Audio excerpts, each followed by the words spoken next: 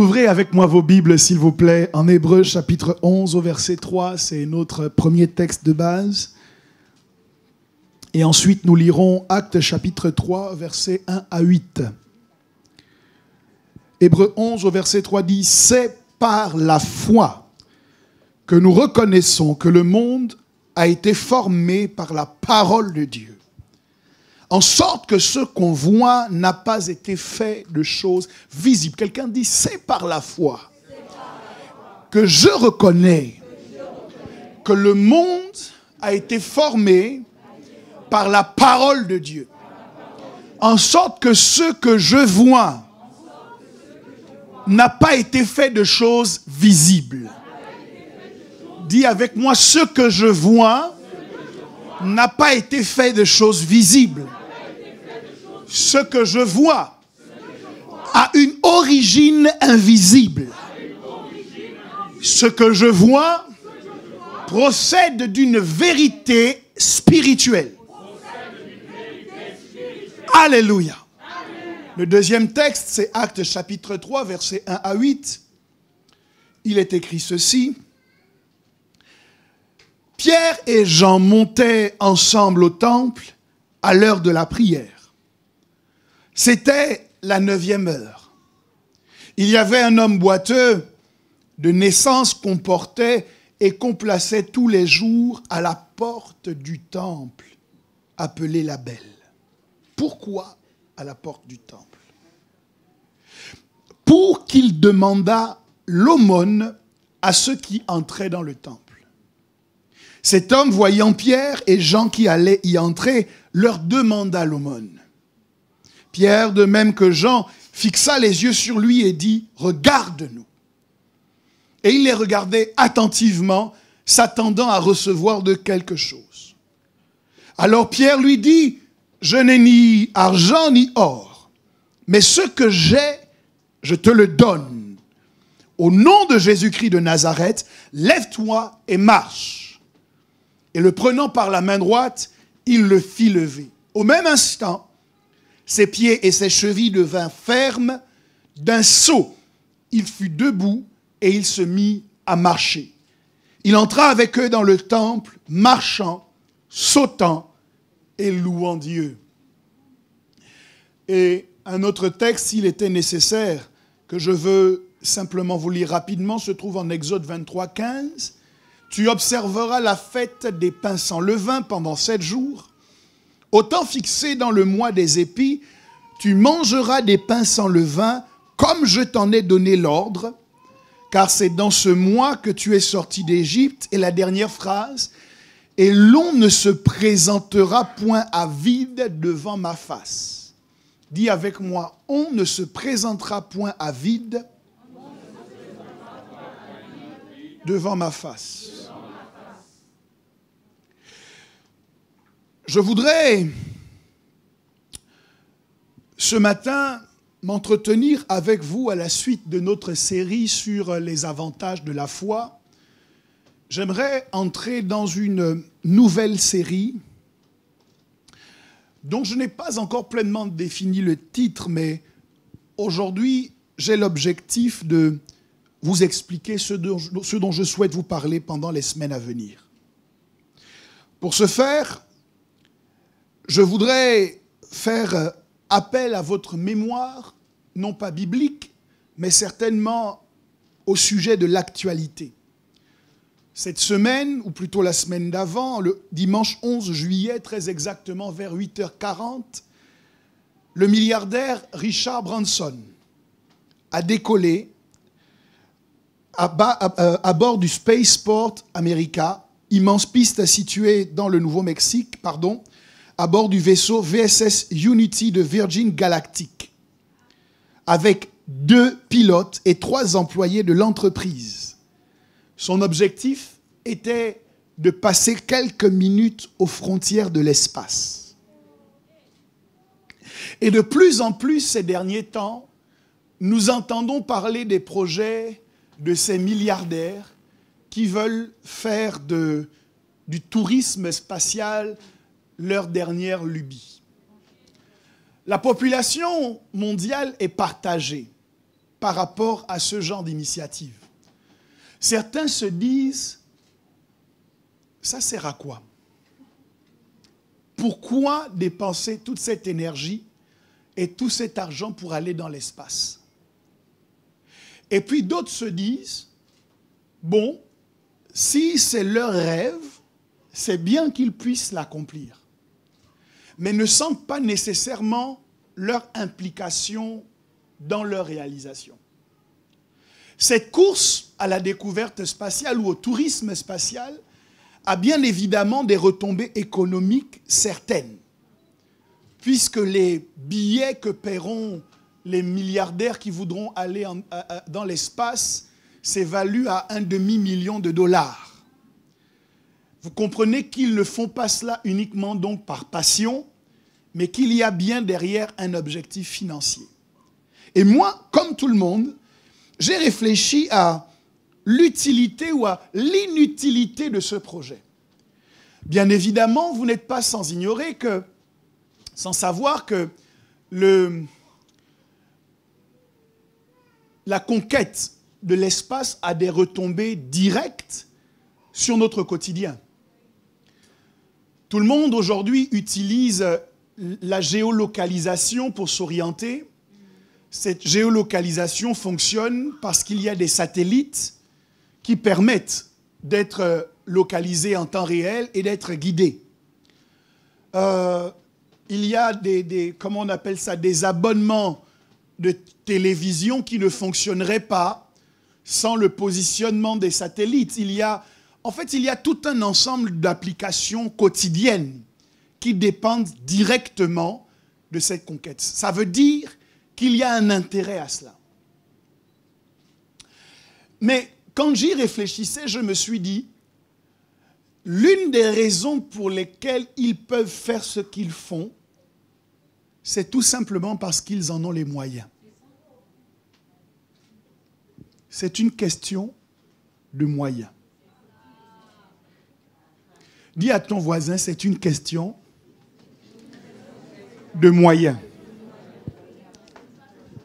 Honnêtement, s'ils ont les moyens d'aller sur la Lune, ça te dérange en quoi? Parce que c'est une question de moyens. Moi, je suis toujours surpris par les gens qui sont dérangés par la façon dont d'autres personnes dépensent l'argent qu'ils ont gagné. S'ils en ont les moyens et que c'est un rêve qu'ils nourrissent depuis leur plus jeune âge pour certains d'entre eux, il est tout à fait normal qu'ils vivent en fonction de leurs moyens. Alors chaque fois qu'on parle de ce type d'expression de l'alignement par rapport à nos moyens, on a deux positionnements différents parce qu'il y a une grande partie des gens qui, au lieu de vivre en fonction de leurs moyens, vivent au-dessus de leurs moyens. Et c'est là qu'il y a un problème. C'est quand tu vis au-dessus de tes moyens. Quand tu achètes des vêtements au-dessus de tes moyens. Quand tu loues un appartement au-dessus de tes moyens. Quand tu achètes un sac au-dessus de tes moyens. Quand tu prends un abonnement téléphonique au-dessus de tes moyens. C'est ça qui met dans les problèmes. L'autre catégorie, c'est ceux qui vivent en dessous de leurs moyens. Quand vous savez à peu près combien ils gagnent, parce que ça aussi c'est un problème. Quand vous avez une idée de ce qu'ils gagnent approximativement et que vous voyez comment ils vivent de manière radine, vous vous interrogez en vous disant, mais c'est quoi le problème? Vous le voyez des fois batailler avec son conseiller financier pour quelques centimes d'euros qui ont été prélevés sur son compte bancaire. Vous avez envie de lui dire, mais monsieur, quel est votre problème? Et moi, je me souviens dans mon expérience bancaire, là où il me répondait systématiquement, alors vraiment c'était le dénominateur commun. Il répondait systématiquement tous la même phrase. Vous aurez bien compris, monsieur Dorego, ce n'est pas une question de montant, c'est une question de principe.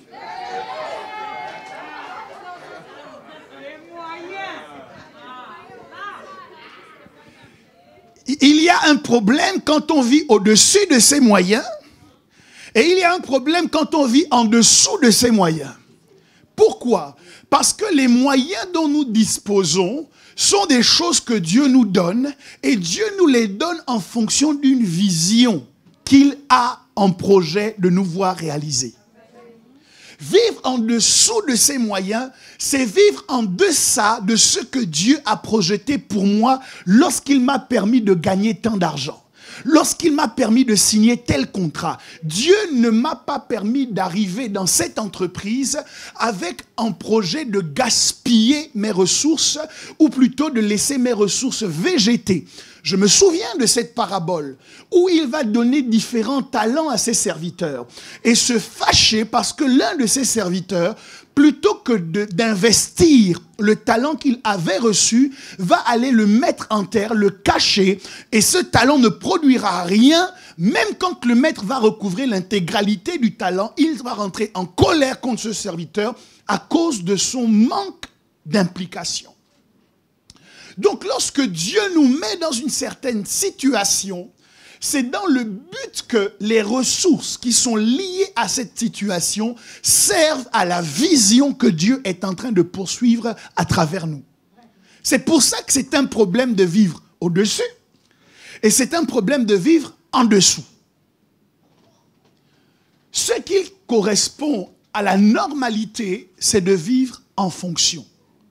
C'est de vivre en adéquation. L'apôtre Paul, en parlant de la foi, dit qu'il ne faut pas que nous ayons une trop haute estime ou opinion de nous-mêmes selon la mesure, mais de revêtir des sentiments modestes, selon la mesure de foi que Dieu a départie à chacun. Ça veut dire que dans la pensée de l'apôtre Paul, ce n'est pas bien de vivre au-dessus de sa foi, ce n'est pas bien de vivre en dessous de sa foi. Ce qu'il faudrait, c'est vivre en adéquation avec la mesure de foi que Dieu a départie à chacun de nous. C'est une question de moyens. Je fais le lien entre l'histoire de Richard Branson. Je fais le lien entre les investissements de tous ces hommes richissimes et le corps de Christ aujourd'hui, parce que je me demande si nous n'avons pas ce problème qui consiste justement à fonctionner en deçà de ce à quoi Dieu nous a prédestinés. J'ai le sentiment que pour beaucoup d'enfants de Dieu, il y a un héritage, il y a un projet, il y a un objectif que Dieu a en réserve pour eux, mais que ces enfants de Dieu ne vivront jamais cela parce qu'ils acceptent de vivre en dessous de leurs moyens. Et mon objectif ce matin, c'est de t'emmener à élever le niveau de ta vie, le niveau de tes attentes, afin que tu vives et que tu te réconcilies avec les moyens que Dieu t'a véritablement donnés. Quelqu'un dit Amen. Parce que c'est une question de moyens. S'il fallait donner un titre à mon partage, je dirais, il y a plus. À toi qui es venu ce matin, avec la conviction que tu dépends ou que tu te définis par ce que tu possèdes, je veux te dire qu'il y a plus que ce que tu possèdes. À toi qui te définis par la maison dans laquelle tu vis, par le quartier que tu habites, je voudrais te dire ce matin qu'il y a plus que ce que tu possèdes. À toi qui te contentes de la vie dans laquelle tu es, la vie que tu as actuellement. En vérité, je ne suis pas contre le contentement, j'ai un problème avec la résignation. À toi qui es résigné par rapport à ce que tu vis et qui estime que la vie n'a plus rien d'autre à t'apporter que ce que tu vis actuellement. À toi qui es satisfait d'être le salarié que tu es ou d'être l'entrepreneur que tu es. À toi qui es satisfait de ce que tu as aujourd'hui, je veux te dire ce matin qu'il y a plus. Dis à ton voisin, il y a plus. Il y a plus de ressources pour toi. Il y a plus de richesses pour toi. Il y a plus de bénédiction pour toi. Il y a plus de grâce pour toi. Il y a plus de gloire pour toi. Il y a plus de pouvoir pour toi.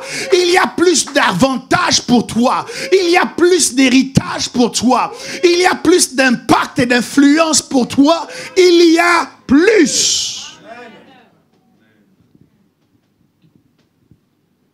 Et nous devons apprendre à nous réconcilier avec le plus auquel Dieu nous a appelés.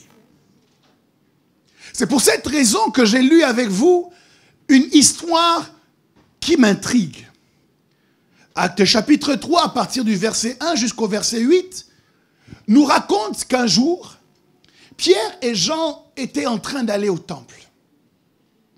Et ils vont croiser à l'entrée du temple, à la porte du temple qu'on appelle la Belle, un homme qu'on déposait régulièrement là, un homme boiteux de naissance, qu'on déposait régulièrement à cet endroit, afin qu'il fasse l'aumône. Pierre et Jean arrivent devant lui et le regardent, lui disent « Regarde-nous attentivement ». Et la réponse de Pierre est intrigante. Je veux que vous gardiez à l'esprit que Pierre est le premier responsable d'une église qui, dès son premier jour d'ouverture, compte au moins 3000 âmes. Au moins. Quand vous ajoutez à cela le fait qu'en règle générale, quand les Juifs comptaient, ils ne comptaient que les hommes, mais ils ne comptaient pas les femmes et les enfants. Je veux que vous compreniez que cet homme qui va rencontrer le boiteux à la porte du temple qu'on appelle la Belle est le responsable d'une méga church.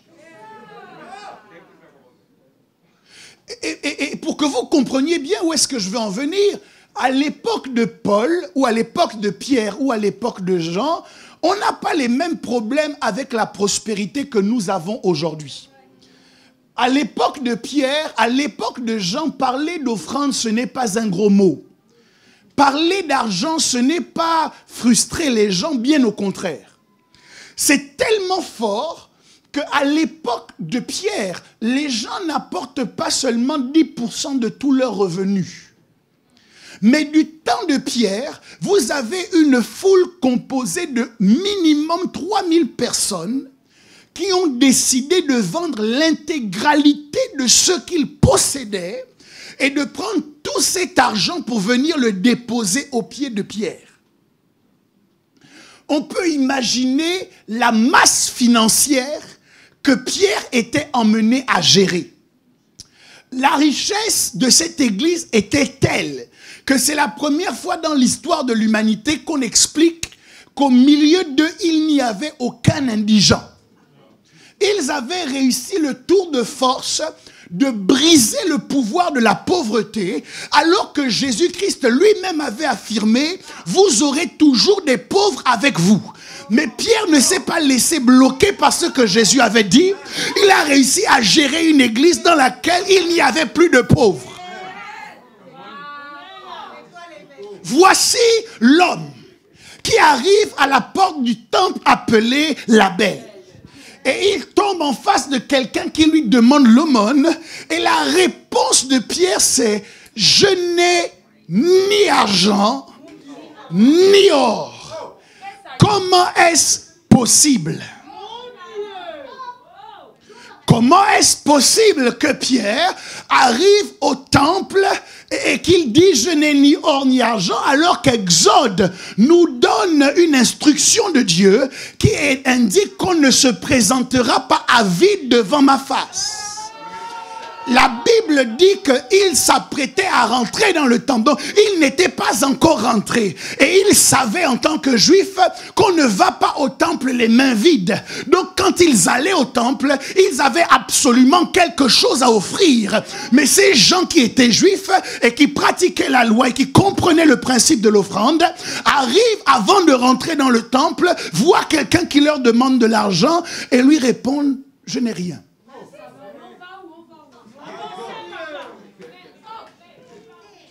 Ok, je vais revenir à ça tout à l'heure, mais la première chose que je voudrais que vous remarquiez, c'est que cet homme, on ne le positionnait pas n'importe où. Les gens avaient estimé que la vie de cet homme est suffisamment difficile pour lui faciliter la vie, il faut qu'on le positionne à un endroit où l'aumône va couler, où l'argent sera trouvé facilement. Donc dans la pensée des gens qui déposaient cet homme, ils savaient que si on le met aux abords du temple, les flux financiers qui circulent dans le temple peuvent être en bénéfice de cet homme. Ils considéraient que le temple n'était pas un lieu de pauvreté, que le temple n'était pas un lieu dans lequel les gens étaient fauchés, mais que le temple était le lieu où celui qui avait besoin que ses besoins physiques soient pourvus pouvait trouver la provision divine à ses besoins naturels. Mesdames, mesdemoiselles et messieurs, je dois vous informer que nous avons faussé notre définition de l'Église. L'Église n'est pas le rassemblement des gens qui ont fait vœu de pauvreté. L'Église est un environnement dans lequel on expérimente la provision divine. L'Église est le lieu où nos besoins spirituels sont pourvus. Nos besoins dans l'esprit, nos besoins de relation avec Dieu, nos besoins de la présence de Dieu, nos besoins de la gloire de Dieu, de l'atmosphère de la louange et l'adoration sont pourvus dans le cadre de l'Église, certes, mais nos besoins naturels peuvent également trouver une solution dans le cadre de l'Église. C'est pourquoi Jésus dit à ses disciples au sujet de cette foule qui demandait, qui avait faim, il dit: donnez-leur vous-même à manger. Ok. Est-ce que vous êtes avec moi? Dites évêque avance. Est-ce que vous êtes avec moi? Dites épiscopo. Je parle de l'Église. Je parle de l'Église. Ne nous posez pas de problème lorsque nous expliquons que l'Église peut entreprendre. Ne nous posez pas de problème quand on dit que l'Église peut investir et que l'Église peut développer des affaires. Parce que la responsabilité de l'Église, ce n'est pas seulement de prier, mais l'Église peut aussi briller. L'Église peut aussi impacter la société. L'Église peut aussi influencer l'économie. Nous sommes dans notre rôle. Les gens ont analysé le fonctionnement du temple et ils se sont dit, dans le temple, il y a des gens qui se rassemblent. Et dans les gens qui se rassemblent, il y a différents types de sociologie. Il y a des gens qui ont beaucoup d'argent, il y a des gens qui ont moins d'argent. Il y a des gens qui ont des compétences dans les finances, d'autres personnes ont des compétences dans la technique, d'autres compétences sont multiples et sont rassemblées dans l'Église. Ça veut dire que si on veut que le besoin de cet homme soit pourvu, le meilleur endroit où on peut aller le poser, c'est devant l'Église. L'Église est un lieu qui rassemble tout type de compétences. Vous n'avez pas exactement le même parcours estudiantin que votre voisin de gauche ou de droite. Vous n'avez pas la même histoire familiale que celui à qui vous avez dit bonjour en entrant. Mais c'est le miracle de l'Église de permettre que des gens puissent rentrer en alliance les uns avec les autres, se considérer comme appartenant à la même famille et au même monde, où les frontières, les limitations qui sont déposées par l'argent et qui sont déposées par le parcours estudiantin que l'on a fait, où ces limitations tombent et où on peut regarder l'autre en dépit de ses capacités, de ses compétences ou de ses incompétences et l'appeler mon frère, ma sœur. C'est dans l'Église que ce sentiment d'orgueil tombe parce qu'on a eu les meilleures notes, les meilleurs diplômes et les meilleurs contrats et qu'on peut regarder l'autre comme son vis-à-vis, qu'on peut regarder l'autre non pas en fonction de ce qu'il a sur son compte bancaire, mais en fonction du sang qui a coulé sur la croix du calvaire afin qu'il soit sauvé. Mais ce serait une erreur de permettre que ces gens se rassemblent et qu'il n'y ait aucun bénéfice naturel que ce rassemblement puisse produire. Ce serait un malheur. Écoutez, je ne sais pas si vous êtes dans des grandes multinationales, mais les plus grands employeurs dans ce pays, en général, ce sont les PME. Et on explique que les PME, comment je peux vous dire ça? Le nombre de salariés d'une PME n'excède pas un certain nombre qui m'échappe. Je ne sais pas exactement à combien de salariés on fixe. 50, 150, 250 salariés, bien. Avec 250 salariés, vous avez des entreprises qui réussissent à damer le pion à des entreprises qui comptent plusieurs milliers de salariés. Avec 250 salariés, vous avez des entreprises qui produisent des résultats, qui donnent à des familles entières de vivre, qui donnent à des clients d'avoir gain de cause. Ils réussissent à rassembler moins de 250 personnes, mais ils réussissent à impacter le tissu économique de la ville dans laquelle ils sont. L'Église réussit à rassembler beaucoup plus de gens, avec des parcours différents. Et cette église-là ne serait pas en capacité d'affecter la société dans laquelle elle est, alors que ton fleuriste affecte ton quartier, alors que ton boulanger affecte ton quartier, et que la boulangerie est composée de 3-4 personnes. Ton église est composée de 200-300 personnes, et ton église n'affecterait pas le quartier, ton église n'aurait pas d'impact dans la société. Je dis à Dieu ne plaise, cela ne doit pas arriver. Il doit y avoir un impact qui est le résultat de notre rassemblement. Attrape ton frère, dis-lui on doit impacter. Oh, dis-le lui avec un cœur révolutionnaire. On doit impacter. Je ne sais pas quels sont tes diplômes, je ne sais pas quelles sont tes capacités, je ne sais pas quelle est ta formation, mais je sais que si tu es là et que Dieu t'a emmené à côté de moi, c'est parce que Dieu a un projet, Dieu a un objectif, et toi et moi on doit se mettre d'accord pour que le projet de Dieu s'accomplisse. Il y a quelqu'un qui cherche un stagiaire pour son entreprise, son stagiaire est dans l'église.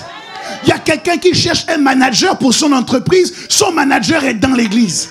Il y a quelqu'un qui veut recruter un autre salarié pour sa boîte, le salarié est là. Pourquoi? Parce que Dieu ne nous rassemble pas seulement pour prier, Dieu ne nous rassemble pas seulement pour chanter, mais Dieu nous rassemble également pour que nous ayons un impact dans la société. Cet homme que l'on emmenait à la porte du temple, on ne l'amenait pas pour la prière, on ne l'amenait pas pour le jeûne, on l'amenait pour un bénéfice physique, naturel et concret. Donc là où l'église se rassemble, il y a des mouvements spirituels, mais il y a également des mouvements naturels. Il y a des bénédictions spirituelles, mais il y a aussi des bénédictions naturelles, là où l'église se rassemble. C'est parce que nous avons compris cela à Providence, que nous avons dit nous devons être une église qui donne naissance à des entreprises. Nous avons vu que plusieurs d'entre nous, nous avons des compétences, des capacités. Nous avons encouragé tout le monde à entreprendre. Mais nous nous sommes dit comment les entreprises individuelles peuvent être utiles à la communauté. Comment les entreprises individuelles peuvent porter le message et la force de l'église dans la société. Parce que la société travaille en s'agglomérant. Les gens travaillent en se mettant ensemble. Et on s'est dit, on ne peut pas avoir ce modèle en face de nous et nous arriver en ordre dispersé. Lorsque Moïse est arrivé devant Pharaon et que Pharaon avait sur sa couronne un serpent recourbé, Moïse n'est pas allé chercher un autre animal pour confronter Pharaon, mais Moïse a vu son bâton se transformer en serpent, ce qui m'a amené à dire chacun son serpent. Si je vois que la société s'organise et qu'ils se mettent ensemble les uns les autres, cela doit m'enseigner que pour que l'église affronte cette société économiquement parlant, l'église doit également apprendre à se mettre ensemble. Les uns et les autres doivent se rassembler pour réussir à créer un impact plus important. Tu es content d'avoir 20 clients par mois ou par année, mais qu'est-ce que ça donnerait si tu t'associais à ton frère, à ta soeur, et que ton chiffre d'affaires était multiplié par 4? Dieu serait glorifié et ton banquier serait honoré.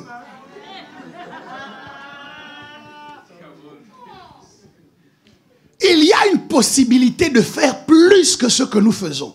Il y a plus. Je dis, l'église ne doit pas vivre en dessous de ses moyens. Une église qui ne fait que prier, une église qui n'arrive pas à s'allier, à s'associer et à s'organiser, est une église qui vit en deçà du projet de Dieu pour elle. Est-ce que quelqu'un me comprend? Je dis, est-ce que quelqu'un me comprend? On s'est dit, ok, puisqu'il y a différentes options, différentes aptitudes et compétences. Et que les uns et les autres, nous réussissons à nous investir et à développer nos activités. Ce que nous pouvons faire pour que l'Église soit en capacité de faire des choses qui servent au bien commun, c'est que dans nos différentes transactions, nous allons prélever une commission que nous allons reverser pour que l'Église puisse donner naissance à ces entreprises. Chaque fois que nous faisons une transaction entre nous, nous nous organisons pour que dans ces transactions, il y ait une portion qui soit reversée, particulièrement à ces pourvus. Ces commissions ont pour objectif de constituer un capital pour que quand nous allons acheter notre bâtiment, nous puissions dire, écoutez, on a des esthéticiens dans l'église, on a des coiffeurs dans l'église, on a des gens qui font ceci ou cela. Nous allons créer dans notre propre bâtiment des espaces qui sont aménagés pour que les esthéticiennes puissent travailler. Mais pour aménager le cabinet d'esthétique là, on aura besoin de finances. On trouve ces finances où? On les trouve dans les commissions, dans les transactions que nous faisons les uns avec les autres, où nous n'oublions jamais qu'au-delà de notre intérêt personnel, il y a d'abord un intérêt commun que nous construisons. Ce n'est pas pour enrichir quelqu'un, c'est pour servir au projet commun que nous avons. Pour qu'on ne dise pas tous les dimanches à l'église, ok, maintenant nous allons tous ensemble donner pour pouvoir faire une pharmacie. Maintenant nous allons tous ensemble donner pour pouvoir faire un salon de coiffure. Non, dans nos habitudes communes, on finance et on préfinance nos futures entreprises. Pourquoi? Parce que là où il y a l'église, il doit y avoir également des solutions aux besoins naturels. Voici ce que les gens qui ont emmené cet homme ont compris. Ils se sont dit, il y aura forcément quelque chose qui va tomber de la poche des gens qui vont rendre un culte. Et puis Pierre va déjouer leur plan. Avec la poche remplie. Le portefeuille plein à craquer. Paul dit, Pierre dit, je n'ai rien. Je n'ai pas d'or. Je n'ai pas d'argent. Pierre, tu es sûr? Toi, homme de Dieu, tu es sûr? Demande à ton voisin, est-ce que tu crois? Moi, je crois ce que Pierre a dit. En partie. Je crois que Pierre a répondu à la question du monsieur. Le monsieur a demandé l'aumône. Or, Pierre et Jean étaient en train d'aller au temple. Et on ne va pas au temple pour faire l'aumône. On va au temple pour apporter une offrande. La réponse de Pierre me permet d'affirmer qu'il y a une différence majeure entre l'aumône et l'offrande. Ce n'est pas que Pierre n'avait pas, mais ce que Pierre avait, ce n'était pas l'aumône, ce que Pierre avait, c'était l'offrande. Et Pierre est ici en train de nous enseigner un principe de gestion de base. Je suis sûr que je vais délivrer quelqu'un ici.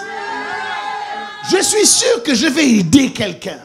Lorsque ce que tu as dans ta poche est réservé à Dieu, ça ne peut pas finir dans la poche de quelqu'un qui n'est pas un appelé de Dieu. Ça ne peut pas aller ailleurs que sur l'autel, parce que ce qui est réservé à Dieu est un poison dans les mains de toute autre personne qui ne représente pas Dieu.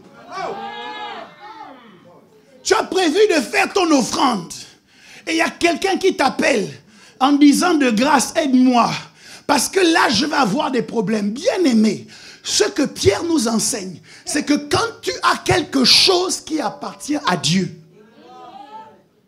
ça ne t'appartient plus. Tu dois répondre à la personne qui t'appelle, je n'ai ni argent, ni or. Si tu veux la prière, on va prier. Mais l'argent là, je ne te rendrai pas service si je le prenais, que je l'arrachais à Dieu et que je le mettais dans tes mains. Je ne peux pas financer ton mariage avec de l'argent qui était réservé à Dieu.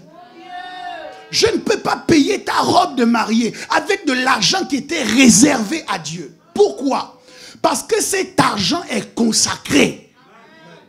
Je n'ai ni argent, ni or.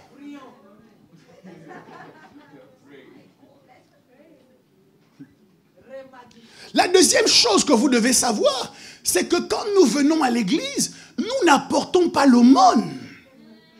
Parce qu'on donne l'aumône à quelqu'un qui est dans le besoin, à quelqu'un qui nous supplie de l'aider financièrement. Dieu ne vous supplie pas de l'aider financièrement. Dieu n'est pas dans le besoin. Lorsque vous apportez votre offrande, vous devez intégrer que ce n'est pas vous qui faites une faveur à Dieu, mais que c'est Dieu, le créateur des cieux et de la terre, et qui n'a besoin de rien, qui vous fait une faveur en acceptant ce qui sort de vos mains. Dieu ne reçoit pas l'aumône. Dieu reçoit l'offrande. C'est pour cette raison que lorsque je m'approche de Dieu, je dois m'assurer que ce que je vais lui donner est le meilleur que de ce que je peux lui donner. Je ne donne pas à Dieu les miettes parce que j'honore trop Dieu pour lui donner le surplus, pour lui donner ce qui n'est pas nécessaire, pour lui donner ce qui n'est pas important. Questionne un peu ce que tu fais au moment de l'offrande. Est-ce que c'est une offrande ou est-ce que c'est une aumône? Est-ce que tu donnes à Dieu de ton nécessaire, ce qui est vraiment précieux, ou alors tu donnes quelque chose, oh, même si j'avais mis ça à la poubelle, ça ne changerait rien à ma vie. Dieu n'est pas comme ça. Même si la comptabilité de l'Église compte au ciel, Dieu ne considère pas que tu lui as donné. Caïn a essayé de jouer à ça avec Dieu. Alors qu'Abel a apporté les premiers fruits de son troupeau, Caïn a apporté le rebut de son troupeau. Ça veut dire quoi? Quand il a fini de récolter, il allait voir papa Adam. Il dit, papa, tiens, voici ta part. Maman Ève, je t'ai aussi envoyé les tarots, je t'ai aussi envoyé les donnez-moi les navets, les radis. Je t'ai envoyé des radis, je t'ai envoyé des navets. Voilà. Et puis quand il a regardé ce qui restait, il dit, oh, ces fruits-là ont une tête bizarre. Hein? Bon, on va prendre ça, on va faire l'offrande. C'est pour cette raison que Dieu a dit non, on ne me traite pas comme ça. Principe de gestion simple. Je parlais d'offrande, mais je veux vous parler de votre vie. Quand vous avez un projet et que vous avez affecté une certaine somme d'argent à ce projet, arrêtez de tuer tous vos projets. Pourquoi les projets ne s'accomplissent pas dans la vie de certains? C'est parce que vous avez toujours une bonne raison de dépenser l'argent que vous aviez consacré à ce projet-là. Ce n'est pas une question de malédiction, ce n'est pas une question de diable, c'est que vous trouvez toujours une occasion de dépenser l'argent qui était affecté à ce projet. Faites attention. Moi, je peux comprendre qu'au moment où tu as une somme d'argent, Dieu te dit, donne-moi. Même si elle était réservée à quelque chose, tu donnes à Dieu. Pourquoi? Parce que celui qui donne à Dieu ne perd pas, il s'enrichit.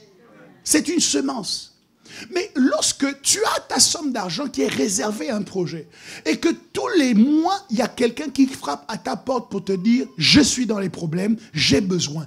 Si tu prélèves systématiquement cet argent pour aider, à quel moment tu vas t'aider toi-même?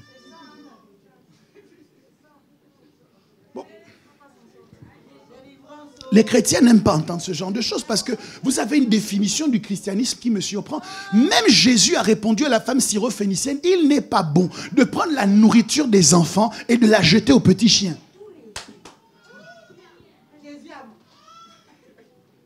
Est-ce que vous me suivez? Donc, il y a des choses en banque également. Je ne sais pas pourquoi je vous parle beaucoup de banque aujourd'hui, mais en banque également, lorsque vous avez demandé un prêt, vous aurez remarqué que la première chose que le banquier vous pose comme question, c'est le prêt là, c'est pour acheter quoi? Vous voulez financer quoi? Pourquoi?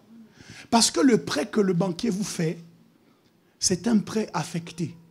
Si vous avez demandé un prêt pour une voiture et que quelques mois plus tard, il vous demande de prouver que vous avez acheté la voiture, il se rend compte que vous n'avez pas acheté la voiture, vous devez rembourser. Si vous avez demandé de l'argent pour acheter une maison et quand on creuse un peu, la maison n'est pas là, vous allez devoir rembourser cet argent. Ne dites pas non, ça va me faire beaucoup d'argent, je vais acheter les cadeaux à toute la famille, je vais les visiter. Non, ça ne marche pas comme ça. S'il te donne de l'argent, cet argent-là est étiqueté. Cet argent-là est affecté à un projet. Et donc tu dois respecter le projet initial que tu as présenté. Alors si tu es d'accord de faire ça sous l'autorité du banquier, est-ce que tu ne peux pas mettre ton argent sous ta propre autorité et étiqueter ton argent et dire à ton argent, toi tu serviras à ça. Et tu lui imposes de servir à ça. Tu en as le pouvoir et c'est le seul moyen pour que tes projets puissent avancer. Quand Pierre et Jean arrivent devant ce monsieur et que le monsieur veut transformer leur offrande en aumône, même en tant que serviteur de Dieu, ayant marché avec Jésus pendant plusieurs années, Pierre lui a expliqué un principe de gestion simple. Ce que j'ai là, ce n'est pas pour toi. Et vous devez aussi arrêter de vous fâcher quand on vous répond que je n'ai pas pour toi.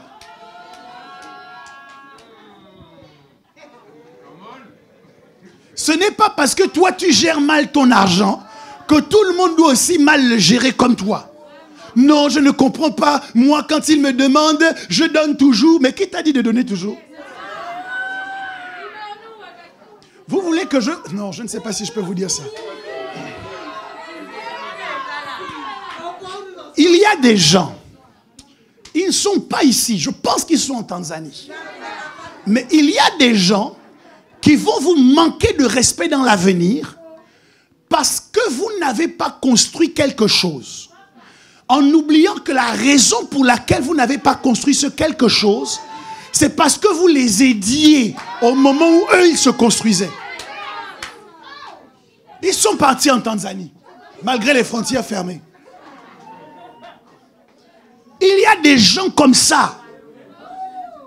Maintenant que, c'est ce que l'apôtre Paul dit, maintenant vous régnez.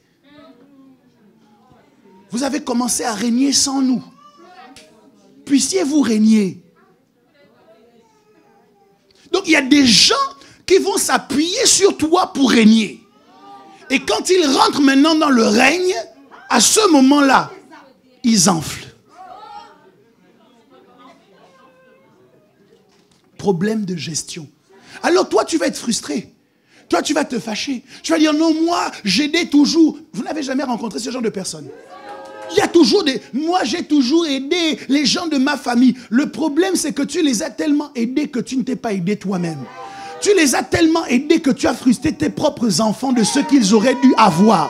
Tu les as tellement aidés que quand eux, ils avaient besoin de quelque chose, tu trouvais toujours pour les aider. Mais quand ta femme et tes enfants avaient besoin de quelque chose, tu n'avais jamais. Tu te mettais même en colère quand ils essayaient de t'expliquer un dossier. Il faut que tu apprennes à étiqueter ton argent. Il y a une destination pour chaque somme que Dieu fait arriver dans tes mains et tu dois apprendre à respecter cela. C'est un principe de gestion de base. Bien évidemment, je ne suis pas en train de dire que si l'autre est presque en train de mourir et qu'il lui faut un peu d'argent pour acheter un médicament, systématiquement tu vas dire non parce que tu mets l'argent de côté pour t'acheter une voiture, frère. Tout ce que je dis, il faut quand même le prendre avec un cœur d'amour. Je me dis que nous sommes entre chrétiens. Alléluia. Mais il y a une limite entre l'amour et le désordre. Et beaucoup d'entre vous, vous n'êtes plus dans l'amour, vous êtes dans le désordre. Des fois, votre argent s'ennuie. C'est ça votre problème. Votre argent, je vous dis la vérité, vous allez changer de père après, c'est pas grave. Je vous dis la vérité. Votre argent s'ennuie. Ça veut dire quoi? Quand l'argent arrive dans vos mains, vous ne savez pas quoi en faire. Et donc, vous cherchez maintenant quelles sont les solutions pour dépenser cet argent. Mais vous savez que si vous le dépensez mal, vous allez vous sentir coupable. Alors vous cherchez maintenant les moyens de le dépenser bien. Et les moyens là, c'est quand quelqu'un vient vous dire, aide-moi.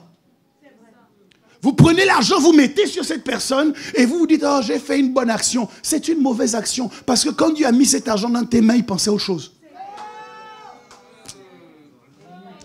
Dis à ton voisin, il y a plus. Alors, il dit, je n'ai ni or, ni argent.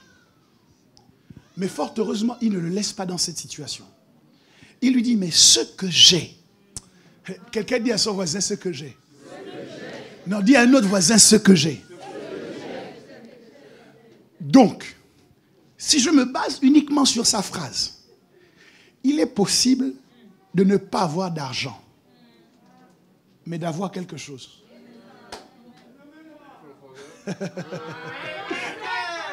Il est possible de ne pas avoir d'or, mais d'avoir quelque chose.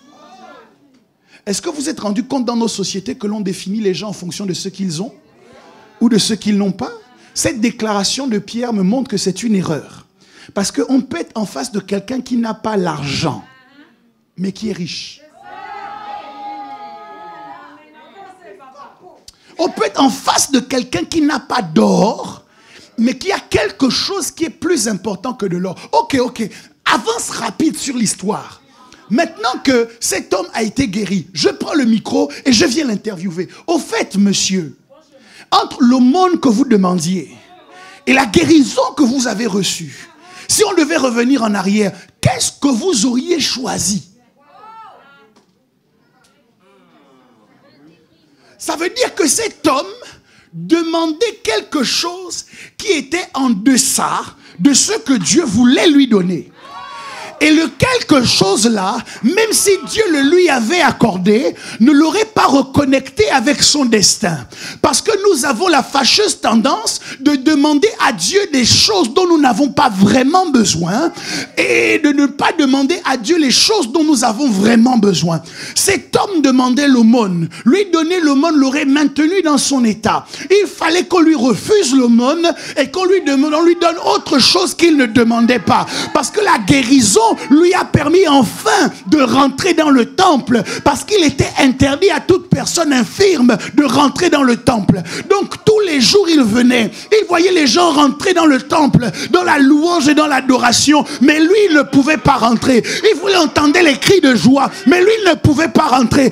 Il entendait la louange, mais lui il ne pouvait pas rentrer. On l'emmenait dans un espace de torture. La seule chose qu'il recevait, c'était les miettes. Et à ce moment, Pierre et Jean voulaient le reconnecter avec son destin, car l'homme a été créé afin d'adorer Dieu, afin de marcher dans la présence de Dieu. Il fallait plus que de l'aumône pour emmener cet homme à rentrer dans le temple. Il a commencé à marcher. Et quand il est rentré dans le temple, il n'a pas seulement marché, il a commencé à sauter. C'est quelqu'un qui exultait de joie de pouvoir enfin rentrer dans ce temple dont il avait été privé pendant tellement longtemps, mais il a réussi à obtenir plus que ce qu'il demandait. Parce qu'il y a plus.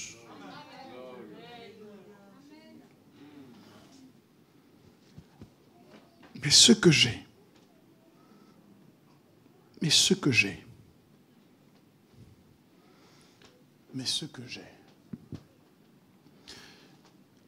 la particularité de la déclaration de Pierre, c'est qu'il fait une distinction entre des choses physiques et une chose spirituelle. Je n'ai pas l'or physique, je n'ai pas l'argent qu'on peut toucher. Mais j'ai quelque chose qui dépasse la puissance de l'or et l'argent. Ce que j'ai, je te le donne au nom de Jésus. Lève-toi et marche. En vérité, Pierre est en train de nous montrer qu'en tant qu'enfants de Dieu, nous ne devrions jamais nous laisser tromper par le monde qui nous rend tellement conscients de la réalité que nous perdons de vue l'existence même de la vérité. Si je te demande à l'instant combien tu as sur ton compte en banque, tu es en capacité de le dire? Parce que tu as vérifié le matin? Parce que tu as vérifié la veille? Tu es bien conscient de ce que tu n'as pas dans le monde. Ou de ce que tu as dans le monde. Mais es-tu seulement conscient de ce que tu as dans les lieux célestes? La particularité de Pierre, c'est qu'il savait dire ce qu'il n'avait pas, mais ils étaient pleinement conscients de ce qu'ils avaient. Vous ne pouvez pas vivre le christianisme uniquement sur la base de vos 5 sens. Votre christianisme est handicapé si votre christianisme n'est basé que sur ce que vous voyez, ce que vous touchez, ce que vous pouvez entendre, ce que vous pouvez goûter. Parce que le christianisme s'adosse à une réalité spirituelle. C'est par la foi que nous reconnaissons que le monde que nous voyons n'a pas été fait de choses visibles, que tout ce que nous voyons n'a pas été fait de choses visibles. S'il y a quelque chose que je peux voir, alors je dois savoir que l'histoire de ce que je peux voir n'a pas commencé dans le monde des formes, mais que toute réalité naturelle est adossée à une vérité spirituelle. Ok.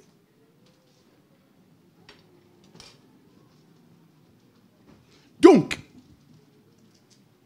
la raison pour laquelle nous vivons, pour beaucoup d'entre nous, en deçà de ce que Dieu a prévu, c'est que Dieu nous a donné un package dans lequel il y a le monde naturel et il y a le monde spirituel. Mais beaucoup d'entre nous, nous vivons notre vie en nous basant uniquement sur le monde naturel. Oh non, nous savons que le monde spirituel existe. Mais nous mettons de côté toutes les interactions que nous devrions avoir avec le monde spirituel pour qu'elles affectent le monde naturel. Si l'un d'entre vous avait été à la place de Pierre et de Jean, vous auriez seulement dit à ce monsieur, je n'ai ni argent ni or, et vous seriez passé. Parce que vous avez pleinement conscience de ce que vous avez dans le monde des vivants et de ce que vous n'avez pas sur la terre des vivants, mais vous avez une méconnaissance pleine et entière de ce que vous possédez et de ce que vous êtes et de ce que vous pouvez déclencher dans le monde spirituel. Je voudrais ce matin réconcilier quelqu'un avec la dimension surnaturelle de sa vie chrétienne. Le christianisme est surnaturel. La prédication de la croix est une folie pour ceux qui périssent. Mais pour nous qui sommes sauvés, elle est une puissance de Dieu. De manière naturelle, on ne peut pas croire que Jésus-Christ était Dieu, que Jésus-Christ est mort pour nos péchés et qu'il est ressuscité le 3e jour. Il faut de la foi. Et vous ne pouvez pas avoir accepté cela et ne pas pouvoir accepter le miracle dans lequel Dieu veut vous faire vivre au quotidien. Une reconnexion s'impose avec le surnaturel avec lequel les chrétiens ont rompu depuis trop longtemps. Je peux ne pas avoir d'argent à l'instant. Je peux ne pas avoir d'or à l'instant. Mais pourquoi je vais pleurer comme un non-croyant qui manque de ces choses alors que moi, j'ai plus? La seule raison pour laquelle je vais avoir la même réaction que quelqu'un qui n'a pas Christ, c'est que je ne suis pas conscient qu'il y a plus. Dis à ton voisin, il y a plus.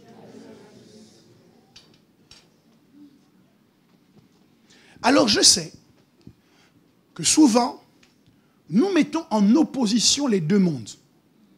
Le monde naturel et le monde spirituel. Nous disons d'ailleurs que la Bible dit que l'homme naturel est en fait un homme, c'est un chrétien qui est, c'est un charnel en fait, c'est un homme charnel. pas un chrétien. L'homme naturel, c'est l'homme charnel qui n'a pas encore connu Dieu, ainsi de suite. Mais je voudrais vous aider à vous inscrire aux classes du surnaturel pour apprendre non pas à opposer le naturel et le surnaturel, mais apprendre à vivre dans le naturel et apprendre à vivre dans le spirituel. Écoutez. Prenons un exemple. Dans le domaine de la gestion financière, il y a des lois naturelles que vous devez connaître, que vous devez respecter, que vous devez appliquer. Beaucoup de chrétiens connaissent la loi de la dîme et de l'offrande, mais ils ont une méconnaissance parfaite de toutes les lois naturelles de la gestion de l'argent. C'est ça notre problème. Un déséquilibre que l'on constate dans la vie de chacun. Vous allez avoir un chrétien qui est tellement dans le spirituel qu'il oublie le naturel. Et vous allez en avoir un autre qui est tellement dans le naturel qu'il en oublie le spirituel. Aujourd'hui, je vous propose que chacun fasse un petit pas dans la bonne direction pour retrouver l'équilibre. Que tu sois en capacité de gérer dans le naturel, mais que tu n'oublies jamais qu'il y a une vérité spirituelle qui te donne l'avantage. Pour ceux qui sont dans le naturel, qu'est-ce qui vous distingue des non-croyants?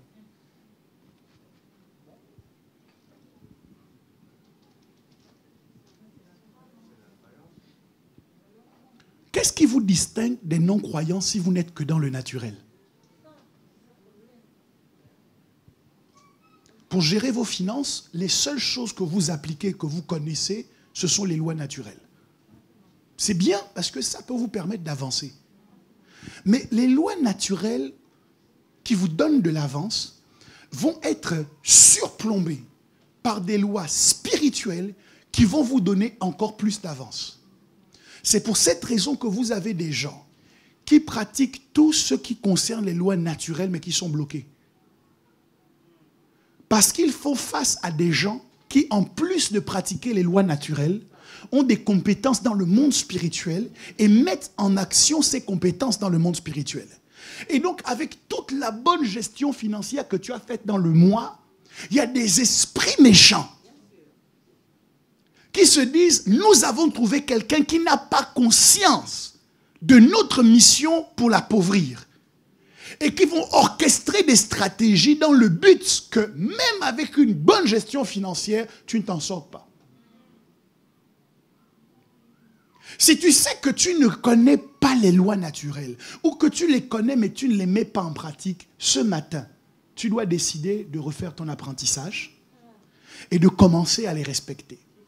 Mais si tu mets en pratique les lois naturelles et que tu te rends compte qu'il y a un plafond de verre qui t'empêche de passer à autre chose, maintenant que tes yeux s'ouvrent, afin que tu intègres le fait que tout, dis avec moi tout,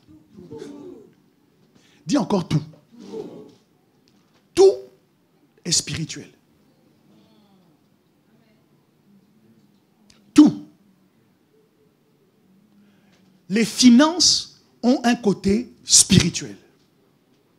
Les relations ont une dimension spirituelle. Vous n'avez jamais remarqué qu'il y a des gens, quand vous les rencontrez, vous n'avez même pas échangé un seul mot, mais déjà, il y a soit une inimitié, soit une affinité. Et puis, il y a des gens avec lesquels vous n'avez aucun problème, et du jour au lendemain, la relation se casse. Vous ne comprenez pas. Mais dans tout, il y a une dimension spirituelle. Il y a des mariages qui se brisent parce que les conjoints n'ont pas compris que le mariage a une dimension spirituelle. Il y a des entreprises qui font faillite parce que l'entrepreneur n'a pas compris que entreprendre, c'est pas juste aller t'inscrire au centre des entreprises. C'est pas juste faire les statuts. c'est pas juste déposer le capital. C'est pas juste avoir le cabis. Entreprendre, c'est faire la guerre. Il y a une dimension spirituelle. Hébreu est clair. Il dit tout. Si tu peux le voir, tu dois savoir qu'il y a un pouvoir derrière. Tout ce que tu peux voir est adossé à un pouvoir. Bien. Je dois m'arrêter ici. C'était juste l'introduction des classes du surnaturel que nous allons entreprendre.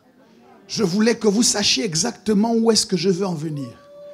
Nous avons commencé à en parler déjà vendredi, pour ceux qui étaient là. Et je crois que c'est bien que nous fassions la prière d'ensemble pour dire, Seigneur, je reconnais la dimension spirituelle de ma vie chrétienne. Et je suis d'accord pour apprendre à fonctionner aussi bien dans le monde naturel que dans le monde spirituel. Si vous êtes d'accord avec cela, tenez-vous sur vos deux pieds, s'il vous plaît. Et ensemble, prions.